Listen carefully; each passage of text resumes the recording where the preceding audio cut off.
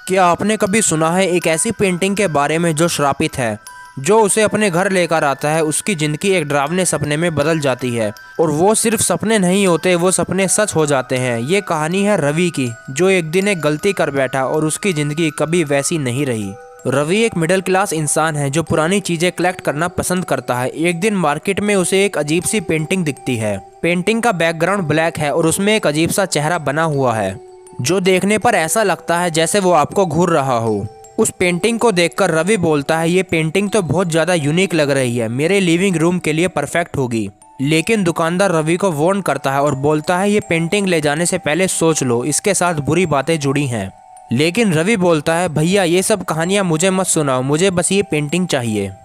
Ravi painting खरीदकर अपने घर ले आता है और उसे अपने लिविंग रूम के वॉल पर लटका देता है।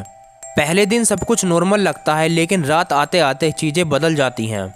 रवि रात को सो रहा होता है, एक अजीब और डरावना सपना उसे आता है। सपने में वो अपने घर के अंदर एक परछाई को देखता है जो कि धीरे धीरे उसकी तरफ बढ़ रही होती है। परछाई के हाथ में एक चाकू होता है। जैसे ही परछाई उस पर वार करने आती है, रवि चीख मारकर उठ जाता है।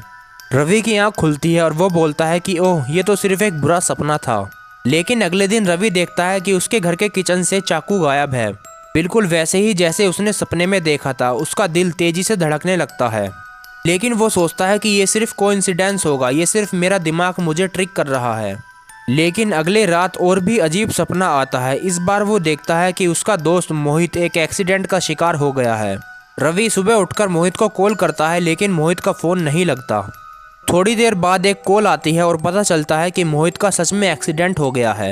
ये सब सुनकर रवि शॉक हो जाता है और बोलता है, ये कैसे हो सकता है? जो मैं सपना देख रहा हूँ वो सच क्यों बन रहे हैं?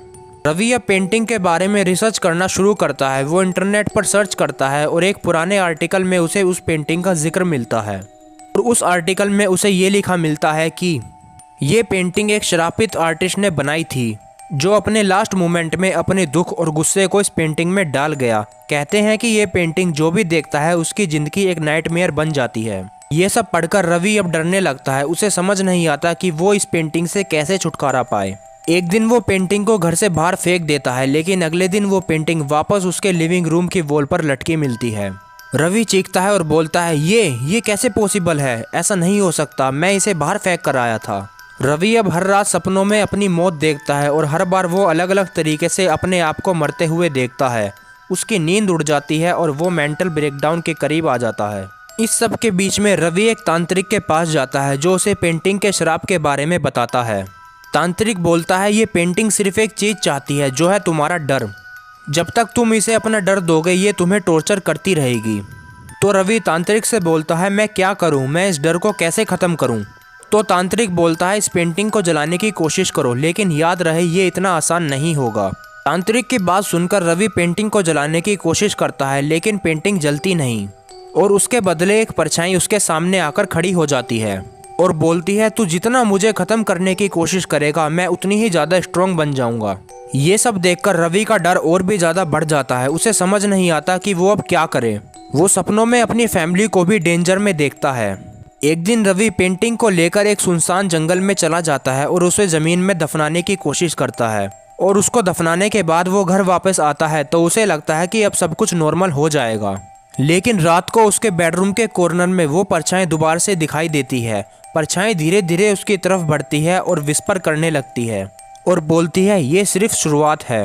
क्या रवि अपने सपने और इस श्रापित पेंटिंग से छुटकारा पाएगा या उसकी कहानी यहीं पर ख़त्म हो जाएगी? सोचिए और अपने सपनों से सावधान रहिए। और इस वीडियो के सेकंड पार्ट के लिए हमें सब्सक्राइब कर लीजिए, जिससे कि नई वीडियो की नोटिफिकेशन आपको जल्द से जल्द मिल जाए। और आज के लिए इतना ही, मिलते हैं इस स्टोरी के पार्ट 2 में।